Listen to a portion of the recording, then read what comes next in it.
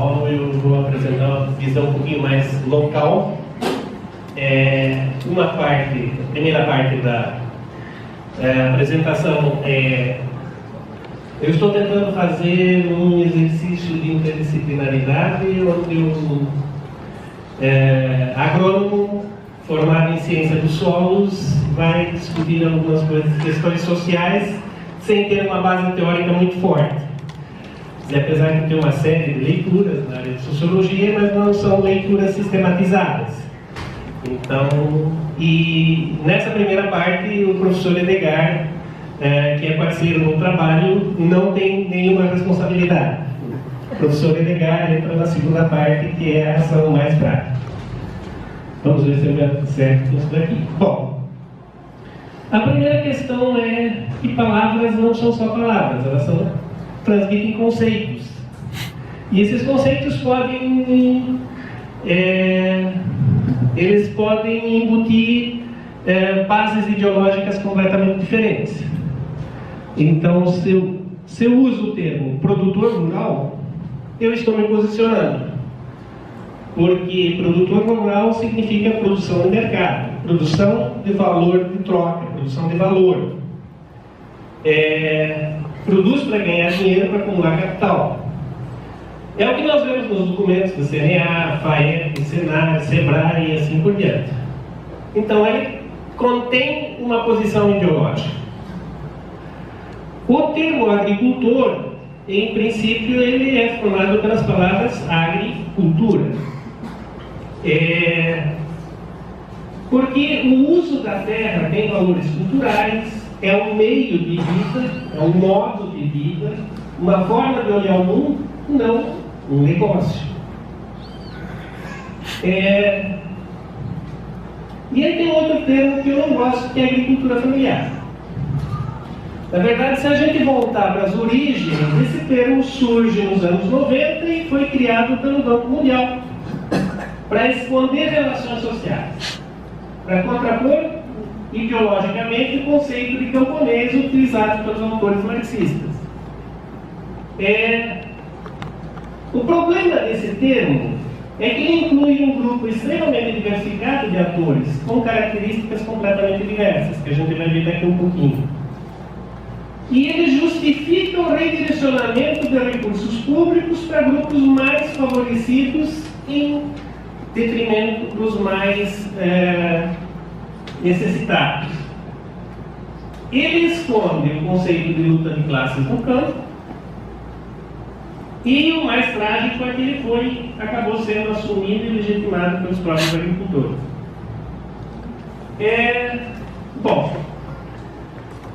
Quando eu falo do agricultor familiar típico, nas características da relação não capitalista, e na forma de nome melhor eu chamo de camponês, não baseado nos conceitos teóricos de campesinato, mas um termo que eu vou discutir um pouquinho o que eu entendo por isso, né? Em primeiro lugar, ele é dono dos meios de produção da terra, não necessariamente propriedade, mas a posse, ferramentas, animais, máquinas, etc. A força de trabalho é própria ou da família. Ele tem uma característica importante que vai influi tremendamente na nossa relação com ele, no nosso trabalho com ele como técnico. E a questão, ele é dono do seu tempo. E mais do que ser dono do seu tempo, o tempo dele não é o nosso tempo. Não é o tempo do técnico, não é o tempo do nosso projeto.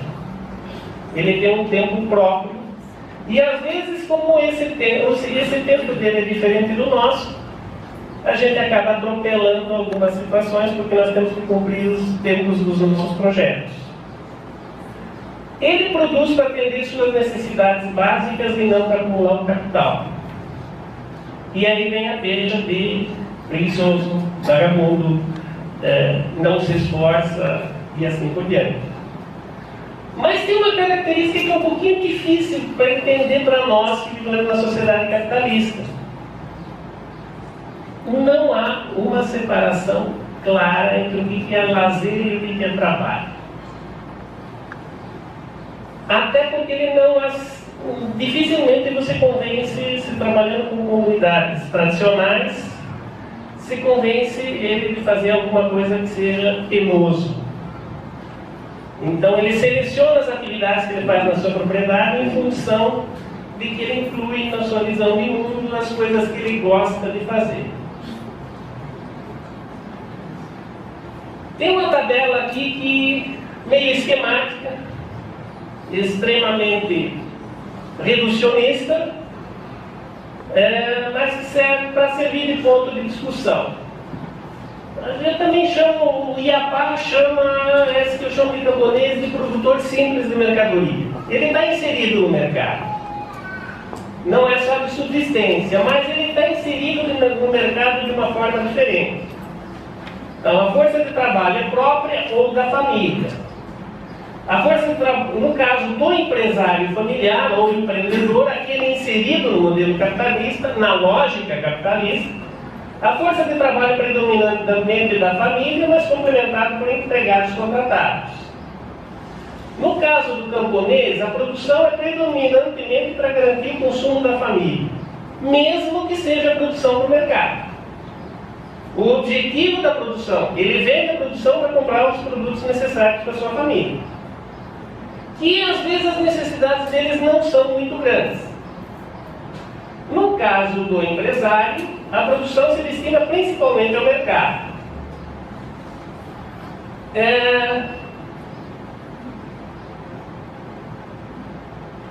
Bom, a produção atende a necessidade da família, a produção visa acumular capital, investir cada vez mais em produção. Quer dizer, o empresário familiar, o sonho dele é comprar mais terra, comprar trator, comprar equipamentos, aumentar a produtividade para gerar mais capital. Então ele está integrado na lógica capitalista. O quarto, a gente já comentou, é dono do seu tempo. No caso do empresário familiar, o seu tempo é determinado pelo processo de produção. Quer dizer, se é um produtor de leite, ele não tem sábado e domingo, ele tem que cuidar das vacas o tempo todo. Se é um produtor de bicho da seda, no período final são 14 horas de trabalho por dia. Então, o tempo é determinado pelo processo de produção. No caso do camponês, não há uma separação clara entre lazer e trabalho. Para o empresário familiar, de maneira geral, o lazer se confunde com o consumo. Eu compro uma televisão, eu vou fazer uma viagem. Então, o lazer é separado do trabalho e se confunde com o consumo. O camponês evita ao máximo assumir riscos. Esse é um dos problemas com o modelo tradicional de extensão rural. A hora que ele precisa arriscar, ele não entra no esquema. Já o empresário familiar assume riscos quando eles dão perspectiva de lucro. O camponês, ele evita explorações que envolvam trabalhos penosos, porque ele é a família que faz. Então, se eu tenho alguma coisa que exige muito esforço, muito trabalho, preciso trabalhar no sol, preciso trabalhar em condições penosas, normalmente o camponês não assume. No caso do empresário familiar, ele assume explorações que envolvem trabalho penoso, desde que tenha perspectiva de lucro, e em geral passa para empregado. Contrata alguém para fazer o serviço penoso. Difícil. Bom, esses termos, do jeito que eu uso, não são categorias concretas, são modelos conceituais. No campo real, os agricultores concretos que encontramos, na verdade, são transições entre esses dois polos, que se aproximam mais de um ou de outro extremo. E esse enquadramento não é estanque.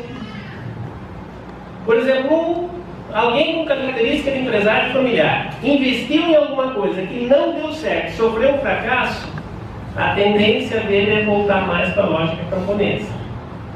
Alguém que tem uma lógica camponesa, que começa a ter sucesso produtivo, começa a aumentar, transita em direção à lógica mais empresarial.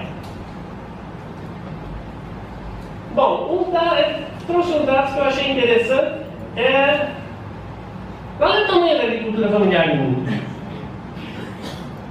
Esse é dado da FAO, Estado da Alimentação e da Agricultura. Do total de propriedades, de 570 milhões de propriedades, 500 milhões, ou seja, 9 em cada 10 são propriedades familiares. Produzem 80% dos alimentos do mundo. Ou seja, o nosso maravilhoso agronegócio atende a 20% da população mundial. Enquanto esses aqui produzem comida, o agronegócio produz o que o Michel Pollan chama de substâncias comestíveis parecidas com comida, que não alimentam, que basicamente são formadas de sal, açúcar e gordura, que são responsáveis pela epidemia de obesidade que nós temos no mundo. Os agricultores familiares são guardiões de cerca de 75% dos recursos agrícolas. Mas, por outro lado, estão entre os mais vulneráveis ao esgotamento dos recursos e às alterações climáticas do mundo. 84% das culturas do mundo têm menos de 2 hectares. Mas as propriedades com mais de 50 hectares ocupam 2/3 das terras agrícolas do mundo, mesmo que algumas delas sejam familiares. As pequenas propriedades produzem maior proporção de alimento em relação à quantidade de terra. A geração de riqueza por hectare é muito maior nas pequenas propriedades, mas a acumulação de capital não. E esse é o problema-chave, porque não se faz reforma agrária. No entanto, implica uma menor produtividade ao nível de mão de obra, o que perpetua a pobreza e impede o desenvolvimento. E eles estão entre os mais vulneráveis ao esgotamento dos recursos e às alterações climáticas. Bom, nessas minhas leituras não sistemáticas, eu achei um trabalho aqui do Guanziroli, do Nayane de sábado, que eu não concordo nem um pouco com as conclusões deles. Mas é uma tabela para a gente refletir. Eles trabalham com um conceito que eu não gosto, que é o valor bruto de produção. Porque nós podemos ter pequena propriedade com alto valor bruto de produção e grandes latifúndios improdutivos com valor bruto de produção zero. Mas, como eles fizeram a classificação, eu acho que é interessante o dado que eles trabalham com o censo agropecuário de 96 e com o de 2006. O tipo A produzia 96, 50% do valor bruto de produção e quase 70% em 2006. Em 2006. Dos 4 milhões 139 dos 4 milhões 139 mil agricultores, eram 406. Aproximadamente 10% dos agricultores familiares. Os do tipo D tiveram renda negativa. Isso aí com base na declaração do Censo Agropecuário.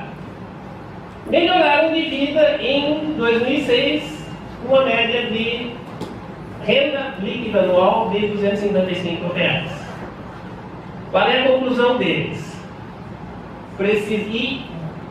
Precisamos investir nesses e esses aqui vão acabar por si só. Que, aliás, é o grande discurso. A minha prática, como extensionista, me mostra o contrário. A minha prática, junto com o Renato, trabalhando no Estado, as políticas públicas foram direcionadas para esse segmento A. Não é que foram direcionadas. Talvez o termo que estou usando aqui seja inadequado. Na verdade, eles que conseguiram acesso.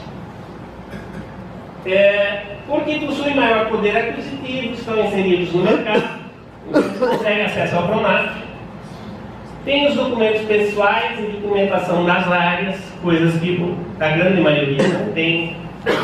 Tem maior nível de organização, capacidade de verificação, então eles conseguem acesso, eles se tornam visíveis. Esses três grupos, principalmente esses dois últimos grupos, só aparecem no censo agropecuário. São capazes de se adequar a exigências bancárias e burocráticas e, segundo os ideólogos do agronegócio, são os viáveis capazes de contribuir para o desenvolvimento do país. É o pessoal que está, de certa maneira, no agronegocinho. Bom, esse foi um exercício de uma discussão que a gente teve.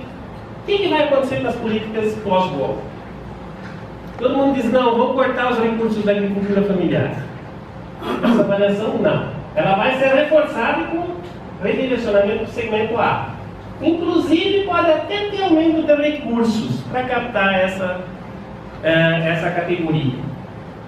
Os demais segmentos é que passarão por um processo significativo de exclusão e repressão com o objetivo de inseri-lo no mercado de trabalho. Isso eu preparei para a disciplina em maio. De lá para cá, é o que a gente está vendo direto. Há uma tendência de emancipação dos assentamentos sem apoio para que áreas sejam reincorporadas ao agronegócio. E a paralisação do processo de reconhecimento de áreas de populações tradicionais e mesmo a reversão de áreas já tituladas para incorporá-las no agronegócio. Bom, por que não valeria a pena investir nessas outras categorias, mas apenas no grupo A? O discurso é que são resistentes à tecnologia, são incapazes de inovar, são preguiçosos, indolentes, não têm espírito de iniciativa, têm áreas impróprias ou marginais de cultivo e não têm iniciativa. Esse é o discurso dominante. Na prática, o que a gente tem visto, indo ao chão da propriedade, é que não. Bom, e por que? Quer dizer, eles se baseiam no fracasso que as políticas públicas tiveram para esses agricultores. Mas alguns problemas, né? Por que há tantos fracassos? É que você espera resultados imediatos dentro do tempo do teu projeto. E não é o tempo do agricultor. Além disso, as opções tecnológicas modernas são de difícil compreensão pelos camponeses, causam erosão genética, você perde o gosto padrão, criam dependência de insumos e o tempo não é o tempo dos técnicos. Mas o outro problema é o enfoque. O centro da informação, da intervenção é a tecnologia e não o agricultor. Isso é bem marcante na Embrapa. Eu tenho um centro de difusão de tecnologia. Eu não estou lá para resolver o problema do agricultor. Eu estou para difundir a minha tecnologia, para que ela seja adotada. E aí o enfoque está invertido. Não que não funcione. Funciona com os agricultores do grupo A. Não tenho nenhuma crítica à metodologia da extensão rural e transferência de tecnologia normal. Se você estiver trabalhando com o grupo A, tranquilo, funciona. E funcionou no Brasil, fez uma revolução no Brasil. Mas eu deixo de lado a grande maioria dos agricultores. Por quê? Porque eu desrespeito os conhecimentos, a cultura, a habilidade, as limitações, as vontades, as experiências, gostos, tendências, condições materiais do agricultor. A lógica camponesa é diferente da lógica do capital. Eles evitam riscos, procuram reduzir a velocidade, o esforço de trabalho. Eles aceitam tecnologias adaptadas à sua visão do mundo.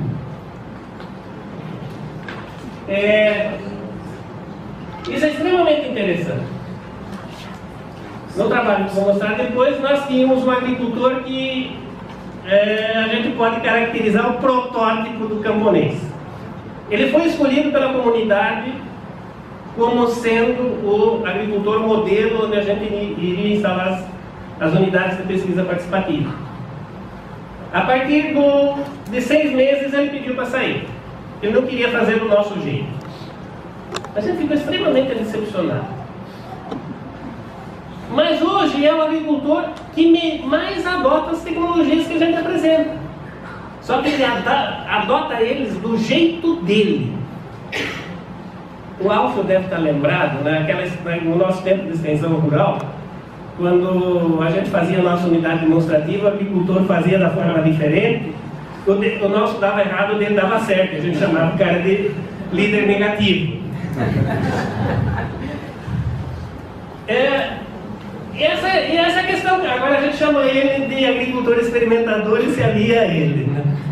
Então a gente mudou de tática e dá um espaço maior. O importante é que eles possuem conhecimentos práticos e valiosos, e por isso devem ser envolvidos em todas as etapas do projeto de desenvolvimento. Tem que discutir com ele o que fazer, não levar lá a solução pronta. Um outro detalhe importante é necessário incorporar todos os membros da família em todas as etapas dos projetos de desenvolvimento. E criar ações, promover ações para criar o entusiasmo e o envolvimento de todos. Meu primeiro trabalho na extensão rural foi em Nova Santa Rosa. E uma região de Nova Santa Rosa é uma colônia de alemães russos. E a gente não conseguia fazer nada. Na reunião só iam os homens, mas quem toma a decisão é a mulher. E a mulher não ia na reunião. Se não consegue convencer a mulher, você não faz nada. E assim é de tudo na vida. Então essa é uma questão da necessidade de envolver a família toda. Porque às vezes as questões que a gente acha como tecnicamente as melhores, na dinâmica da família não são adequadas. Mesmo que a mulher não tome as decisões, seja uma família patriarcal normal, esse normal entre aspas, é importante a participação da mulher. Mesmo assim, e dos jovens, e dos filhos. Porque a gente tem uma certa dificuldade para isso. Bom, rapidinho, quem é o nosso público? Mato Grosso do Sul, nas diferentes categorias, tem em torno de 68.275 agricultores familiares. Esse dado está desatualizado, houve alguns assentamentos a mais, mas é o que tem aí em alguns municípios do Paraná, em algumas regiões, micro-regiões do Paraná. É muito pouco. No Pantanal, a coisa é mais trágica. Teve pouca visibilidade ao longo da história, sempre foi feito por populações tradicionais, moradores de colônias, peões pantaneiros, mas sempre teve um papel importante no abastecimento alimentar da província de gado, mesmo na cidade de Corumbá e Dadá.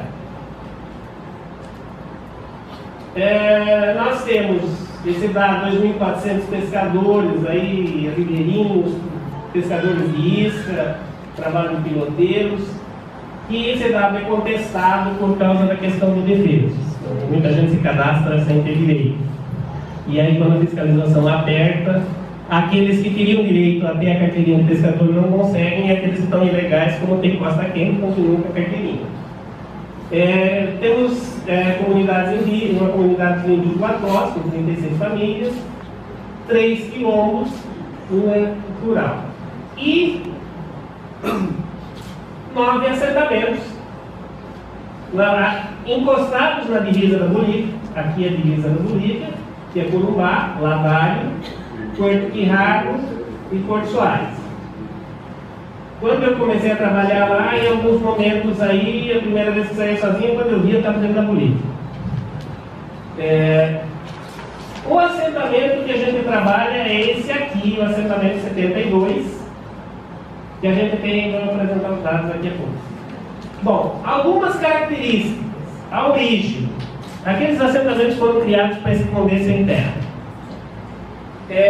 Provenientes de quase todos os estados do Brasil, inclusive os que tinham ido para o Paraguai e voltaram, os brasileiros. Também tem um forte contingente de agricultores locais, desempregados da fazenda, os que foram deslocados pelo desastre ecológico do Taquari. E o nosso grande problema, pertencem a diferentes movimentos de luta pela terra, como o CPT, FETAGRE, o FETAGRE tem um racha no meio, o MST, lá o MST não conversa com o CPT e vice-versa, e outros que não pertencem a nenhum movimento. Eles foram levados para lá sem a liderança, sem as lideranças, e a terra foi distribuída por sorteio. Então, trabalhar a organização rural, organização com eles é extremamente complicado.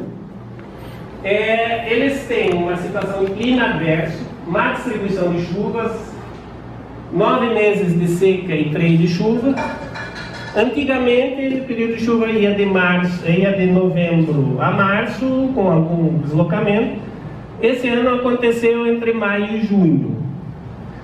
Então, estamos sendo extremamente afetados pelo aquecimento global.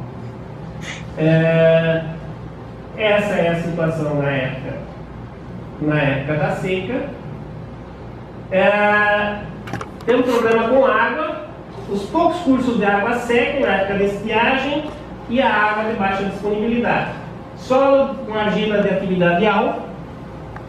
O pessoal tem a história conta que não pode botar galinha para chocar no período da seca, porque o pintinho cai nessa fresta aqui e sai. Essa aqui a gente desenvolveu um score de magreza da vaca, contando costela, né? O pessoal perde gado no período da seca. A água é dura, carbonato de cálcio. Isso aqui é o que aparece dentro do encanamento. Os encanamentos nos assentamentos são todos externos, porque entre 6 meses e 1 ano ele precisa trocar ou desentupir. E a gente está tentando fazer agricultura lá. Uma característica é que apenas a Dalgisa eu fui para lá porque minha esposa foi contratada na vaga de Sociologia Rural para explicar por que o pessoal sai do assentamento. Aí 3 meses depois, quando eu estava tratando a minha transferência, a chefe perguntou: já tem uma resposta por que sai? Ela respondeu: não, a pergunta está errada. Tem que perguntar por que fica. Porque sair nessas condições seria o normal. Além de perguntar por que ficam, por que tem alguns dando certo? Bom, a partir de 2011, um projeto junto com o professor Edgar, nós começamos um trabalho piloto com os agricultores do assentamento 72. Quase todos analfabetos e dependentes de Bolsa Família. Os que não tinham Bolsa Família é porque não tinham documentação em dia, e não tinham acesso à política pública. A gente definiu um grupo, começamos com 35, mas o grupo foi de cerca de 15 e acabou se reduzindo a 5. Com os recursos do projeto, a primeira coisa foi a instalação da revitalização de alguns poços. Acho que foram 6 poços, né?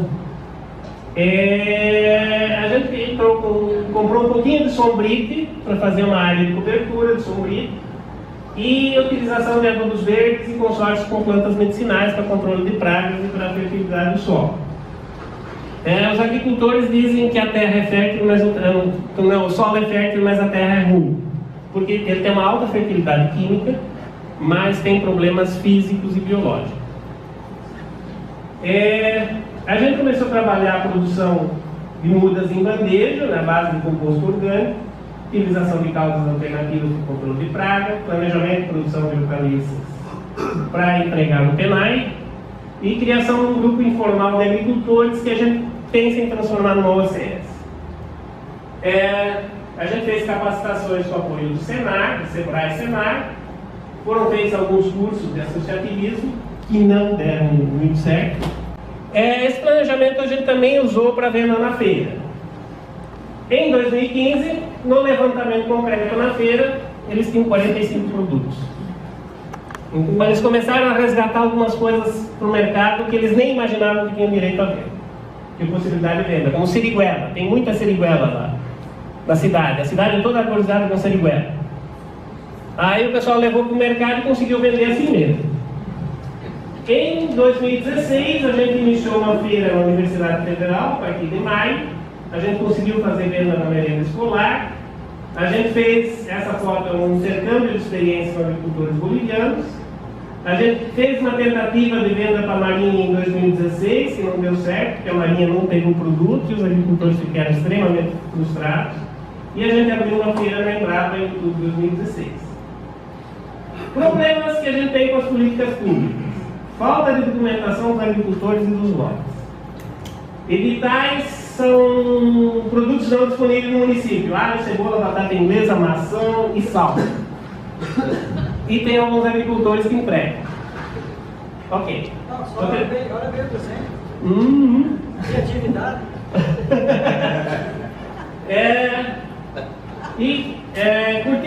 fazem para o lançamento de capitais e editais por preço mínimo, aí mata os agricultores.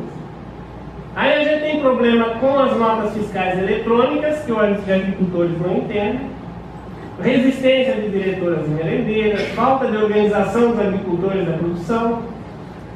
Tem umas cooperativas e grupos informais altamente suspeitos que conseguem os contratos e entregam produtos que não tem na região. A gente tem dificuldade, eles têm sistemas de produção semi-processados que as merendeiras gostariam de ter, mas não estão legalizados. E tem problema de como fiscalizar, assim por diante.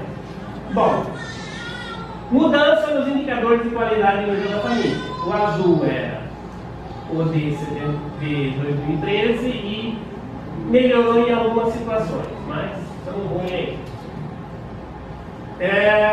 A gente começou a multiplicar esse trabalho para a Bolívia a partir de